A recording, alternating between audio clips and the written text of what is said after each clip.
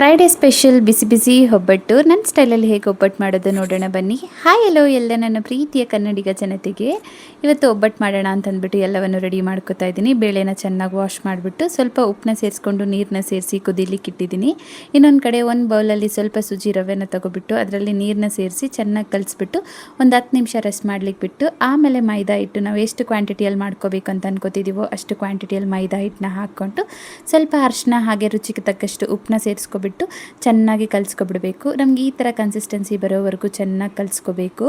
ಆಮೇಲೆ ಇದರಲ್ಲಿ ಚೆನ್ನಾಗಿ ಎಣ್ಣೆ ಹಾಕ್ಕೋಬೇಕು. ಸ್ವಲ್ಪ ಎಣ್ಣೆ ಜಾಸ್ತಿನೇ ತೊಗೊಳುತ್ತೆ ಒಬ್ಬಟ್ಟಲ್ವ, ಹಾಗಾಗಿ ಎಣ್ಣೆ ಜಾಸ್ತಿ ತೊಗೊಬಿಡುತ್ತೆ. ಸ್ವಲ್ಪ ಎಣ್ಣೆ ಜಾಸ್ತಿನೇ ಹಾಕ್ಕೊಬಿಟ್ಟು ಚೆನ್ನಾಗಿ ನಾದ್ಕೋತಾ ಇರಬೇಕು. ಸ್ವಲ್ಪ ಟೈಮ್ ಟೇಕಿಂಗ್ ಪ್ರಾಸೆಸ್, ಬಟ್ ರುಚಿಯಾಗಿ ತಿನ್ನಬೇಕು ಅಂದರೆ ಟೈಮ್ ಟೇಕಿಂಗ್ ಪ್ರಾಸೆಸ್ ಖಂಡಿತ ಹಾಗೆ ಆಗುತ್ತಲ್ವ. ಇನ್ನು ಅದನ್ನು ಚೆನ್ನಾಗಿ ಕಲಿಸ್ಬಿಟ್ಟು ಒಂದು ಹಾಫ್ ಆನ್ ಅವರ್ ರೆಸ್ಟ್ ಮಾಡ್ಲಿಕ್ಕೆ ಬಿಟ್ಟೆ. ಇನ್ನೊಂದು ಕಡೆ ಬೇಳೆನೂ ಚೆನ್ನಾಗಿ ಬೆಂದ್ಕೊಂಡಿದೆ. ನೀವು ನೋಡ್ತಾ ಇರ್ಬೋದು, ಬೇಳೆನ ಈ ಥರ ಮುರ್ಕೊಂಡ್ರೆ ಒಂದು 2 ಪೀಸ್ ಆಗಬೇಕು, ಅಷ್ಟವರೆಗೂ ಚೆನ್ನಾಗಿ ಬೇಯಿಸ್ಕೊಂಡ್ರೆ ಸಾಕು. ಇನ್ನು ಸ್ವಲ್ಪ ಹೊತ್ತು ಇಟ್ಕೊಬಿಟ್ಟಿದ್ದೀವಿ ಅಂದರೆ ನುಣ್ಣಗೆ ಆಗಿಬಿಡುತ್ತೆ. ಬೇಳೆ ನಾವು ಒಬ್ಬಟ್ಟು ಮಾಡ್ತಾ ಇರುವಾಗ ಬೇಯಿಸೋವಾಗ ಒಂದು ಸಲ ನೋಡ್ಕೊತಾನೆ ಇರಬೇಕು, ಇಲ್ಲಾಂದರೆ ನುಣ್ಣಗೆ ಆಗಿಬಿಡುತ್ತೆ. ಇನ್ನು ಬೇಳೆ ಎಲ್ಲ ಬೇಯ್ದಾದ್ಮೇಲೆ ನೀರನ್ನ ಸಪ್ರೇಟ್ ಮಾಡ್ಕೊಂಡಿದ್ದೀನಿ. ನೀರಿಂದ ರಸ ಮಾಡಿಕೊಂಡ್ರೆ ತುಂಬ ಚೆನ್ನಾಗಿರುತ್ತೆ. ಆ ರೆಸಿಪಿನೂ ಇನ್ನೊಂದು ವೀಡಿಯೋಲಿ ಶೇರ್ ಮಾಡ್ಕೋತೀನಿ.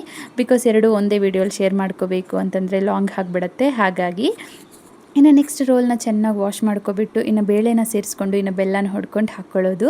ನಾನೇನು ಮಾಡ್ತೀನಿ ಅಂದರೆ ಪ್ರತಿ ಸಲ ಮಾಡಿದಾಗ ಬೆಲ್ಲನ ಇಲ್ಲೇ ಹೊಡ್ಕೊಬಿಟ್ಟು ಹಾಕ್ಕೋತೀನಿ. ಸಪ್ರೇಟಾಗಿ ಹಾಕ್ಕೊಳ್ಳೋದೆಲ್ಲ ಮಾಡಲ್ಲ. ಇಲ್ಲೇ ಹಾಕ್ಕೋತಿದ್ರೆ ರುಚಿಗೆ ಎಷ್ಟು ತಕ್ಕಂಗೆ ಹಾಕ್ಕೋಬೇಕು ಅಷ್ಟು ತಕ್ಕಂಗೆ ನೋಡ್ಕೊತ ಹಾಕ್ಕೋಬೋದು ಅನ್ನೋ ಥರ.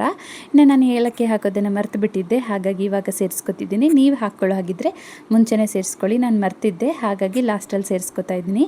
ಇನ್ನೊಂದು ಸಲ ಕ್ಲೀನಾಗಿ ರುಬ್ಕೊಬಿಡಬೇಕು.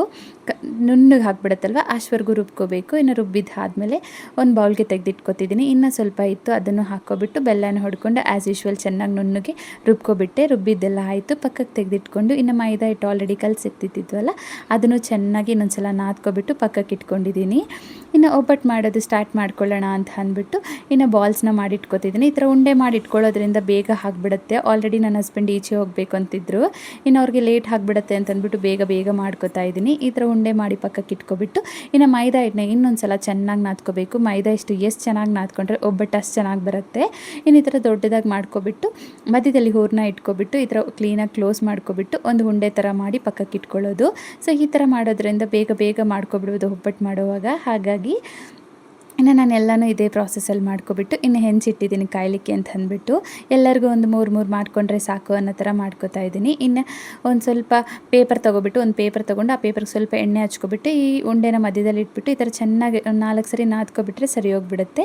ಇನ್ನು ಹೆಂಚು ಮೇಲೆ ಹಾಕ್ಕೊಂಡು ಆ ಕಡೆ ಈ ಕಡೆ ತಿರುಗಿಸ್ಕೊಳ್ಳೋದು. ಯಮ್ಮಿ ಒಬ್ಬ